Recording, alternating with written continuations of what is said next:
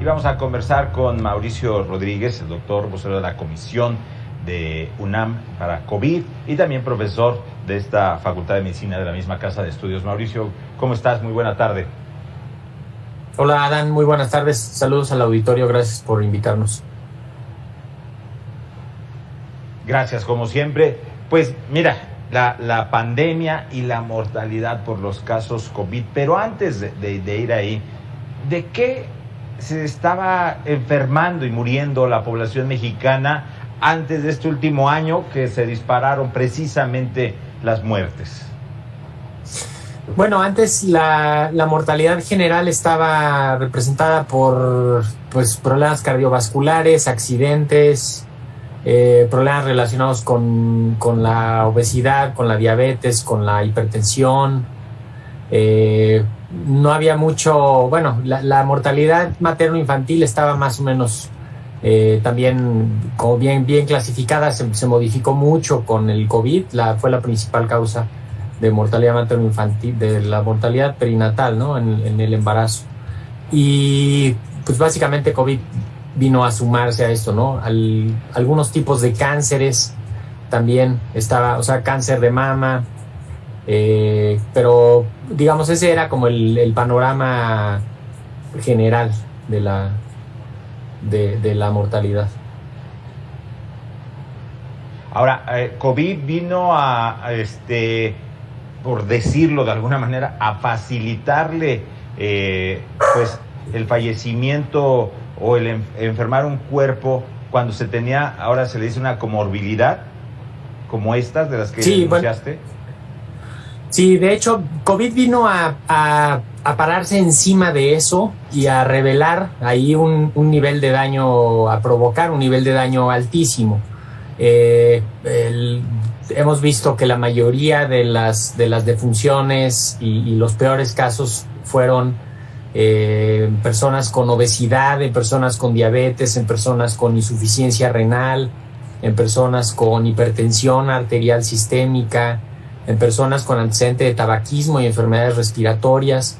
Entonces, esas personas, su estado de salud era más frágil y la situación en las que los ponía el COVID pues hacía mucho más difícil de manejar.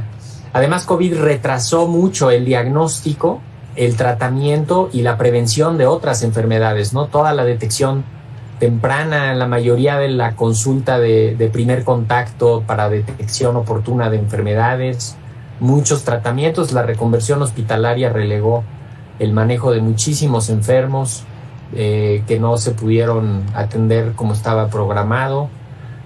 Todo eso lo compone, Adán, finalmente el análisis de la mortalidad en exceso, que es un poco el punto que tenemos y los números que tenemos para analizar, ¿no? Esperábamos un número determinado de muertes, alrededor de 988,000 en lo que llevaríamos del periodo de la pandemia, y hemos tenido 1,462,000 muertes en vez de 988,000. Entonces, justamente esas 473,000 pues son lo que llamamos mortalidad en exceso, que sabemos que alrededor de 218,000 son COVID, pero el resto pues son justamente enfermedades que ocurrieron por la pandemia o muertes que ocurrieron durante la pandemia, ¿no? Ahora, después de un año, ¿los tratamientos sí mejoraron para evitar tantos fallecimientos o seguimos todavía sin poder atender a un paciente enfermo y la esperanza es la vacuna nada más para prevenir? No, yo creo que estamos en una situación muy favorable por varias perspectivas. La primera es que hay manera de detectar rápido a los casos, ¿no? Los primeros días, ante los primeros síntomas, incluso antes de que tuvieran síntomas, con las pruebas, ¿no? Y después ya sabemos qué medicamentos sí funcionan y cuáles no funcionan, desde la parte ambulatoria, desde que el paciente tendría la enfermedad en casa, y ya sabemos cuáles son los datos de alarma para ir viendo si el paciente evoluciona bien o mal en su casa.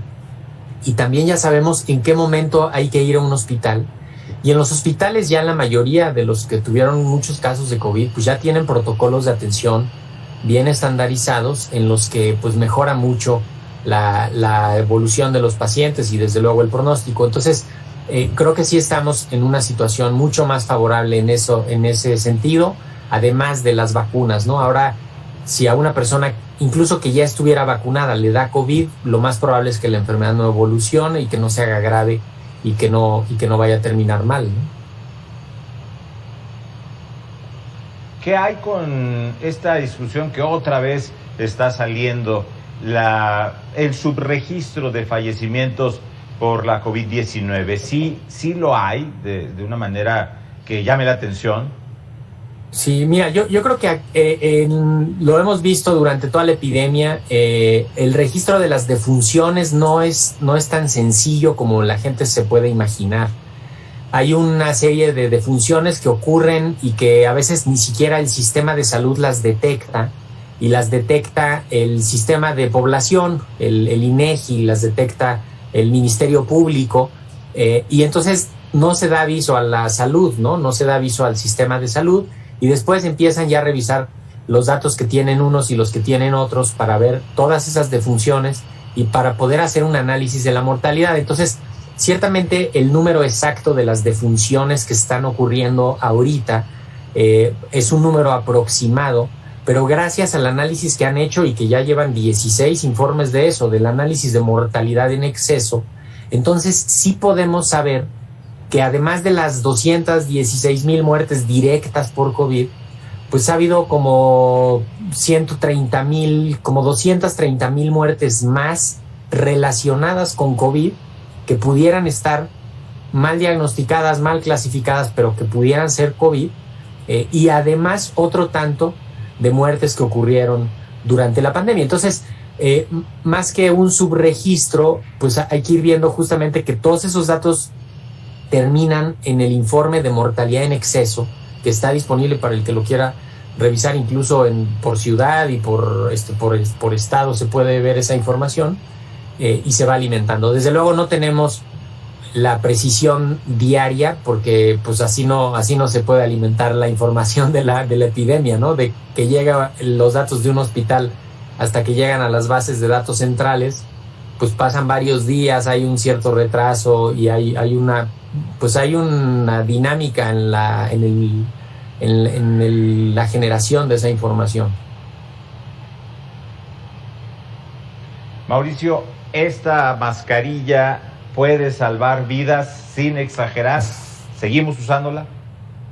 Así es, hay que usarla ahorita, sobre todo porque ahorita podríamos sentirnos con un poquito más de confianza, porque vemos pocos casos, porque probablemente a nuestro alrededor ya no haya nadie cercano que esté enfermo, ya no estamos oyendo tanto, porque vemos que ya muchos están vacunados.